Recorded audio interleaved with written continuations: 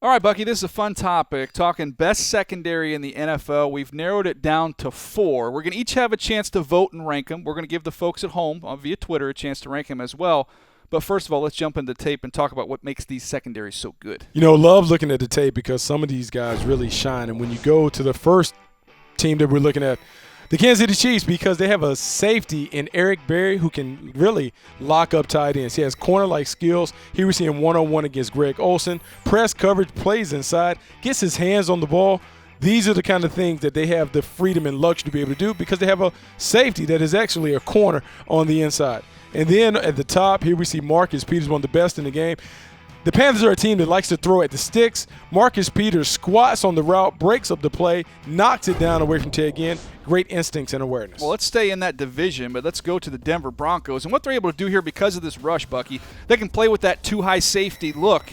And when you have protection over the top with 2 safeties, it allows the underneath coverage to play very aggressive, to use their eyes and jump routes. You're going to see it right here against the New Orleans Saints. Look at how closed up they are. There's nowhere for Drew Brees to go with the football. It's just a phenomenal. That's part of the front end working together with the back end. Now you see another example here. We're going to play single high safety. And watch the instincts and how quick Darian Stewart reads the mail. Right here, he's gone.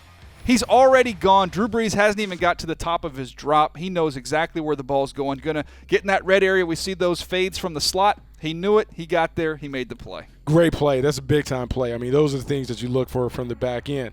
These are also the plays that we've seen for so long from the Seattle Seahawks. The Legion of Boom, and the reason they're called the Legion of Boom because they bring a different level of physicality and toughness to the table. Here we're going to see Richard Sherman on the edge, lined up over Julian Edelman. All signs will indicate, this is a pass play, but we're going to see a run. We're going to watch him get in. And what I love about the Seattle Seahawks in their secondary is they tackle well. Watch him meet James White here. He hits him. He goes immediately to the ground. Those are the things that you get on the perimeter. But what I also believe is essential to playing great secondary play is you have to have someone in the middle that can be an enforcer. A lot of times we associate that with Cam Chancellor, but watch Earl Thomas here on this play. Gronkowski comes down the seam, boom, right in his chest, separates him from the ball.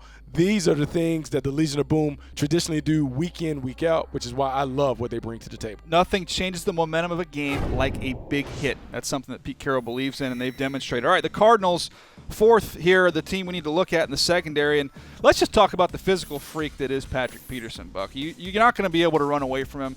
He's stride for stride, gets his eyes back on the quarterback. Watch him accelerate and just show off the athleticism from earlier this year. 1 foot, 2 feet, let's get a 3rd down just for good measure to show off. And then when you look at a guy that's injured right now, but Tyrann Mathieu, when he's healthy and on the field, gives him another playmaker. Whether he's inside in the slot, you can play him anywhere. Watch him read, put his foot in the ground, no drop step, no wasted steps, going to drive on the football, and then the ball skills. I don't care if you can get to the football. You need to make a play on the ball. That's what these guys do in Arizona, Buck. This is a tough one when we look at these 4 teams. We're going to rank them here in just a second, how we see them, and we'll reveal what the folks at home said. But when you just look at the very top, the best secondary, who would you go with? I'm going to go with the Seattle Seahawks. And part of the reason I'm going to go with the Seattle Seahawks, I don't think they have a weakness in their back end. You have 2 hard-hitting safeties that also have ball skills. You have a true shutdown corner in Richard Sherman. I believe they're the best, even though I think there's some other really good secondaries out there. Well, we'll see if the folks at home agree with you. I'm going to go, though, with the Broncos. I think the depth they have at corner, Roby, Harris, Talib when he's healthy, and they've got 2 quality safeties in T.J. Ward and Stewart. I think overall depth, I give them the nod, but let's see what the results are here. We had to rank them 1 to 4, and we gave everybody on Twitter a vote here. Well, there you go, Buck. You got it. The Seahawks end up number 1 on the composite list because you had them 1. Everybody on Twitter had them 1 as well.